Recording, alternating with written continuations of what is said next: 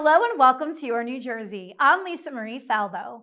On today's show, we have Don Bosco Prep's offensive coordinator, Ignacio Urbina, who coached the player taking the NFL by storm, New York Giants quarterback Tommy DeVito.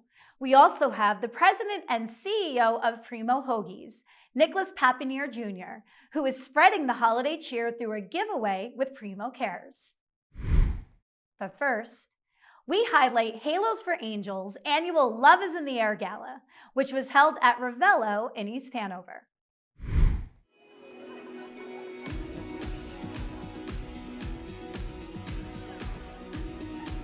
We're here with Karen Castellaro, the founder of Halos for Angel and a saint here on earth. What a wonderful night. Oh, thank you. This is a wonderful night. Having all angels in one room under one halo, it's just amazing. And you really know how to pick the stories of people helping each other out in the community. And you really brought that element of surprise, especially for me. I was so humbled. How did you come to start this? We started this after I went through my own tragedy with my family. I was diagnosed with breast cancer, and I had to get a double mastectomy. And during that recovery journey, I had such overwhelming support from our community. People I didn't even know would show up to my doorstep with meals. And what really got my heart was to watch my 5 children look out the window and say, oh my gosh, who's coming? You know, what are we gonna eat? So their enjoyment and their wonderful faces of love inspired me and gave me hope. Halos for Angels came to your side in your time of need. How did that relationship come to be? So I lost my mother when I was 16 on September of 2019. For a few years, it was my father, brother, and I. My brother is on the spectrum for autism, so explaining to him what happened with her mother was very hard for him to understand and grasp. Fast forward to this past September, our father recently passed away unexpectedly, so things have been very hard, and grieving and now helping my brother transition from having our father to not having our parents anymore and keeping up with school. So how did Halos for Angels help you? They have helped us with helping bury our father. They've set up fundraisers for us. They have asked us how they could help us. They have set things up within the schools and around town. For people watching, why is it important to support Halos for Angels? I feel like we all are going to come across hard times, and even if we expect it or don't, just the thought of giving back, I think is very important. And you never know when you can be in those shoes and in that hard time. So I think giving back is really important. What Karen Castellaro has done for me and friends of mine that have come down with cancer recently is just unbelievable. People can come together and take care of the people that are sick. Karen is always there for someone, and she just makes sure that the family is taken care of, and that's what makes her so special to everything. Tonight I'm up here because I came very close with the Kenny family over here. Johnny was one of the sweetest boys I was blessed to meet. And tonight I'm very proud to say I also know a sibling who's going to be the next presenter. And I want to thank Madeline for our friendship. Halos for Angels was there for us, and they still are tonight, even after his passing in January of this year. Johnny and our family had the pleasure of meeting honoree Lisa Marie. Johnny enjoyed speaking with Lisa Marie so much. Their connection was instant and easy. Hi, Johnny. It's Jen. I just want to say a little bird told me that you are a huge, huge Friends fan. And that makes me so, so happy. I'm currently on the set of my new show, which I don't know if you've seen that one. But I just want to tell you, I so love you and I appreciate your admiration. And I want you to have a beautiful Christmas with your family and a gorgeous New Year. And know that I'm with you. And I'm wrapping you in my arms in a big squeeze.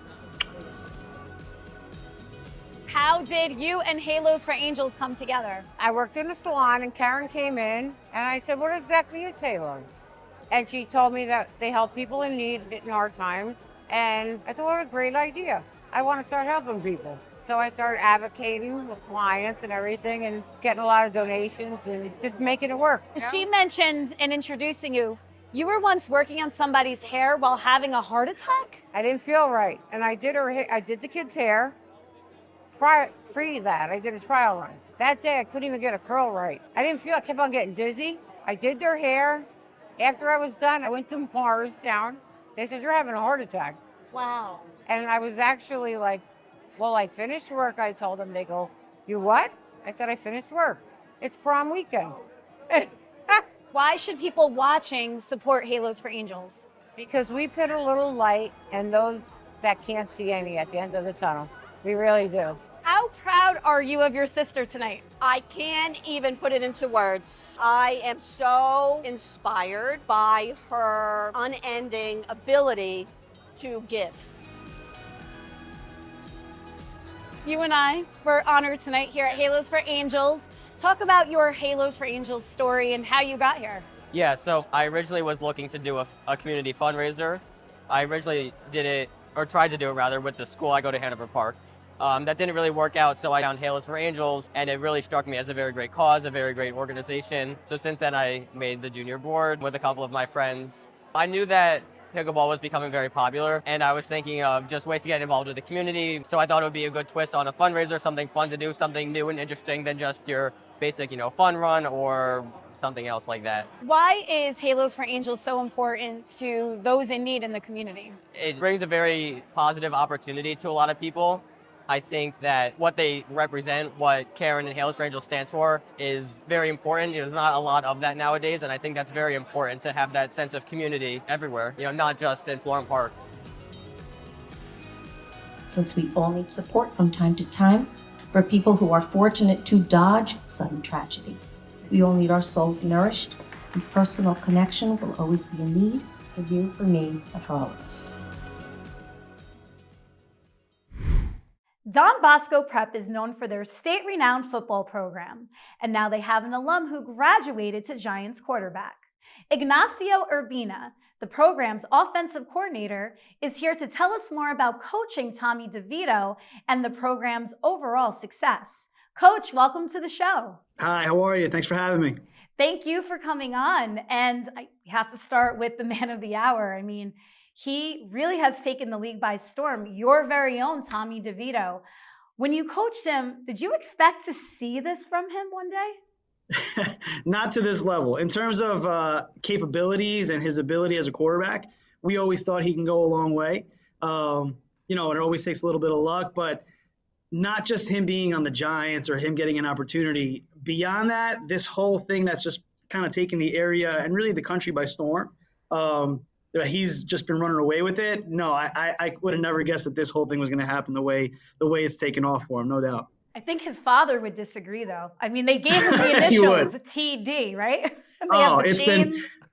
And the TD's been around for a while, right? We always joked about how TD, touchdown, Tommy DeVito, it works. The chain's been around for a while. The number's been around for a while. So that's been there for sure. Just the way this thing has taken off, it's been a lot of fun to watch. So describe coaching him those 4 years at Don Bosco. What was the experience like? He was just a great player that in terms of his story and the way he worked and the way everything unfolded for him was like the model story that we like to talk to our kids and our families about. For starters, I wasn't the offensive coordinator at the time. I was coaching the running backs, but I was in the meeting rooms with him, just being on the offensive side of the ball every single day. He was the type of kid that always had a notebook with him and always had that beginner's mentality at every single meeting that we went to, year in and year out. And just watching, again, his development just unfold. He came in, obviously, with a whole lot of ability his freshman year. This is a very competitive place in terms of playing time. It's a lot of work and time commitment that these kids put upon themselves just to be a part of this program. He was never the type of kid, even with all the ability that he had early on, he was never the type of kid that had this sense of entitlement where he felt like he needed to be up at the varsity level or, just frustrated with the amount of reps that he was getting. He was never that type of kid. So he, just let the game come to him and let everything come to him. And he just, did his time. He played freshman football here. He was on the freshman team. And then his sophomore year, he played JV for us. He was up with us on varsity, learning the entire offense, but he played JV. He was the starting quarterback for JV which I call the Office 4 at the time. And he was great. You know, he was a great leader there, and just, you know, learned from all the quarterbacks that were ahead of him. And he got his shot to start his junior year. So he did his time, you know, on the sub-varsity level his freshman year and his sophomore year, and then he started for 2 years. And I think that that's just a great message to take, you know, the way the game is now, where people come in with certain high expectations and they want to play freshman year. And it's like, hey, like, you don't necessarily need to play freshman year to have, you know, success later on the road, whether it's Division I college ball and now even him, obviously the NFL. But if you just follow the process and stick through it, you know, great things can still happen to you. It's not necessarily about starting, you know, the first day you set foot on campus. You know, just kind of staying the course, all right, and following the natural process that it takes to just become a successful player. He was never the type of quarterback that and the type of player that was above doing certain things that the other guys would do, right? He was always, in terms of competition, in terms of sprints and conditioning, he was the guy that always wanted to finish first, right, and just compete and beat everybody. So he had that to him. And he had that bit of rah-rah to him, but he honestly didn't need it just because of the type of player and confidence that he had. The guys just rallied around him on the sideline. So he didn't have to get into anybody's face, or he didn't have to give any kind of like emotional speeches to say, hey, let's get it going. He really had that kind of quality to him where everyone can just kind of look at him, and he could look at everybody else in the eye and say, hey, like I got this, it's on my shoulders, just follow my lead and we're going to get there. And that's the kind of leader that he was. I'm sure when you saw Tommy line up at MetLife with the Giants, it was such a full circle moment for you, because only a few years ago, he was leading your program to the state championship. That was really cool to see, to get, you know, his first home start in the NFL at MetLife, which was the last, you know, high school football game that he played, like the state championship that he played there, and he won on that field. That was really cool for us to see. Like, you can think back, and I've got pictures from that game of us celebrating on the field, and now this kid's being announced in front of a crowd of, you know, thousands and thousands of people, you know, 10 minutes, 12 minutes from his house, and 25 minutes from his high school. You know, it was really cool. Coach, who are some of the other notable alumni to come out of the program? Well, for example, right now, even from that era, Marcus Valdez is playing up in the CFL, you know, for the Montreal Alouettes, and they just won the Grey Cup, you know, just a couple days ago. You know, Tommy Sweeney was just with the Giants, and Tommy connected on a touchdown in the preseason. That was cool to watch. You know, we've got on the Jets, the long snapper for the Jets, who's been there forever. You know, Hennessy, he's been there for a long time, I think 10 years with the Jets. His younger brother, Matt's the starting center for the Atlanta Falcons.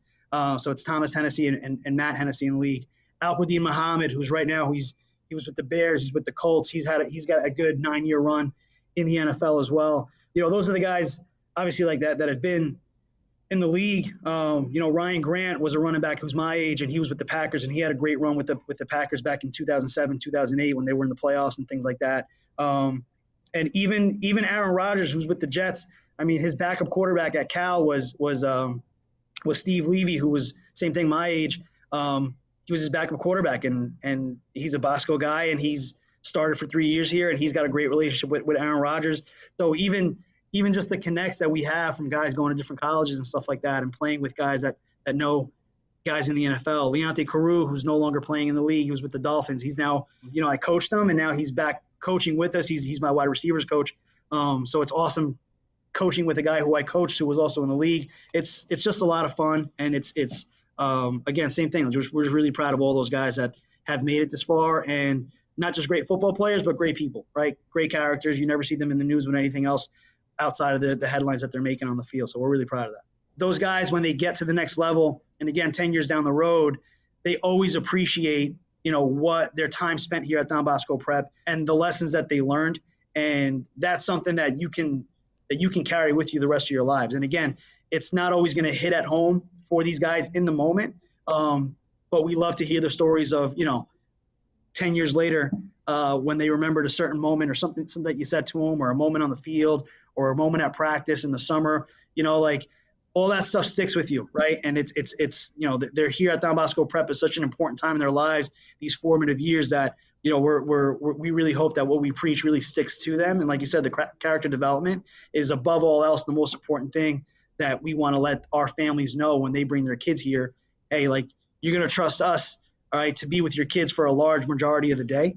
And at the end of the day, like, you need to trust us to be an extension of your home and the values that you preach at home. And we pride ourselves in that. That's something that we take very seriously. What is that recruiting process?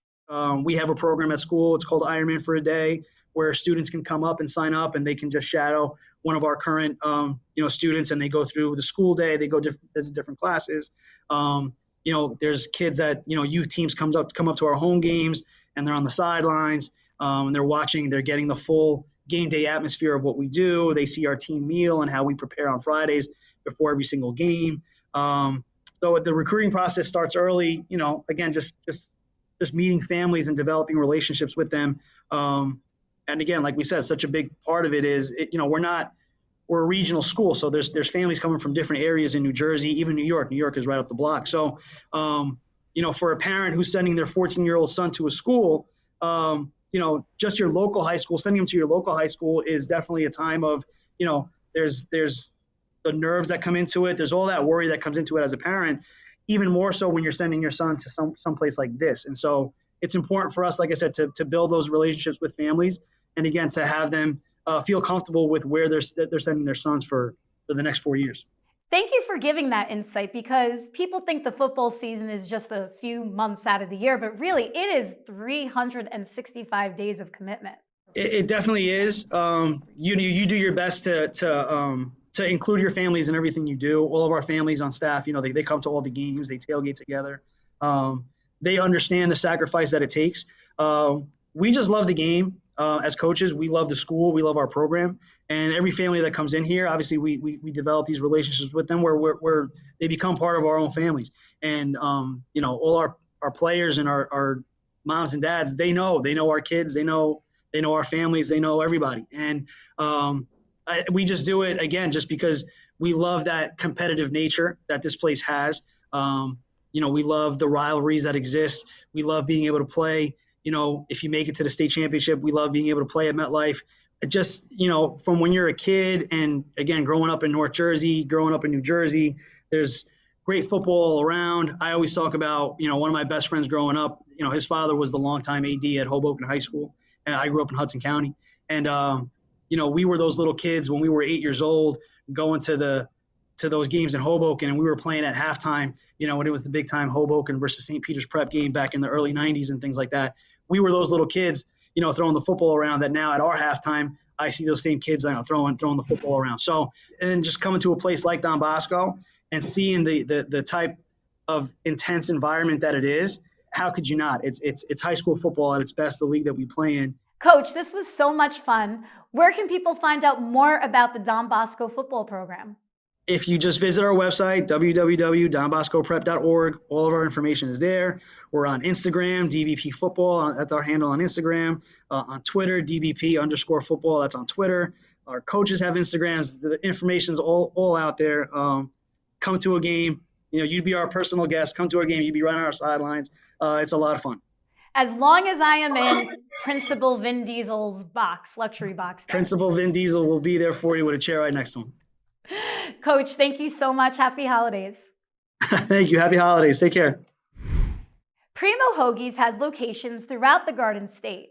And joining us now is Nicholas Papinier Jr., owner, president, and CEO, about how they are giving back to the Jersey community this holiday season. Nicholas, welcome to the show. Hi, thank you for having me. Thank you for coming on. Primo Hoagies is in a lot of conversations right now for a variety of reasons, which we'll get into. But first is what you were doing this holiday season with your Give Back program. Tell us all about it. Yeah, so it's something we started roughly 10 years ago in 2014. We help underprivileged kids that may not have a Christmas this year if it wasn't for us. So we try and give back through them being able to open gifts on Christmas morning. So that's what it's really all about. I think this year we are sponsoring 150 kids' Christmases. So we work with Delaware Valley's Children's Charity. So they kind of give us a list of the children, and what they do, they'll give a name, and they'll tell us if it's male or female, and then they'll tell us the sizes. And then what we do, we personally go out shopping, and we get bikes and gifts and Barbie dolls and action figures, baseballs, whatever it may be. We wrap it up, and then we tag the bag, and then we give it to the charity. And then Christmas morning, they put it out. They distribute it throughout the home. So when the child wakes up on Christmas morning, they see that Santa came down, and they have something to open for that morning. So in August, when there's kids that might not have a new backpack or they need pencils and pens and staplers, whatever they may need, we kind of put an initiative together where we handed out, I think we handed out 1,800 book packs this past August or 2 Augusts ago. It all helps, right? So it's every little bit. We're not asking for $1. We're just asking for your change. And whether it's, 10 cents, 20 cents, 50 cents, it all matters at the end. So, and if we don't get to our goal, which we never not been to our goal, but I will always throw a little extra in to make sure that we can get a couple extra kids in.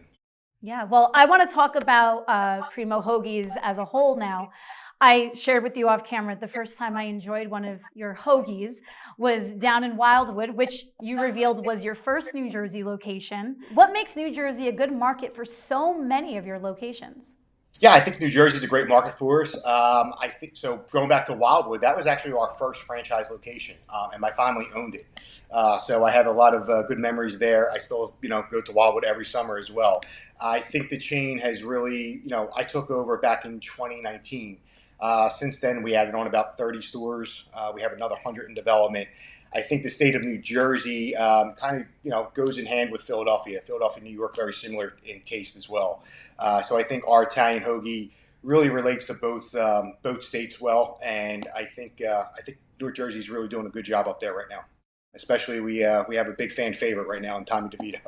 You know what's hysterical? When we planned out this show, we invited one of his coaches to come on, so he just came on right before you. And it was just serendipitous. We did not plan that at all. And we obviously talked about the latest craze going through the NFL in Tommy DeVito. And he was at your location in Wayne not long ago, and the line was wrapped around the building for hours.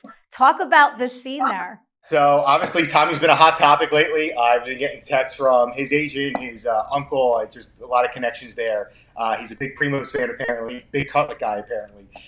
So he came out to one of our locations the other night. And from what I told, there was a 3-hour wait for him. And Tommy's such a good kid because he was only supposed to be there for 2 hours. He actually stayed the extra hour to make sure every fan got an autograph. And I think we sent him home with a couple cutlets as well.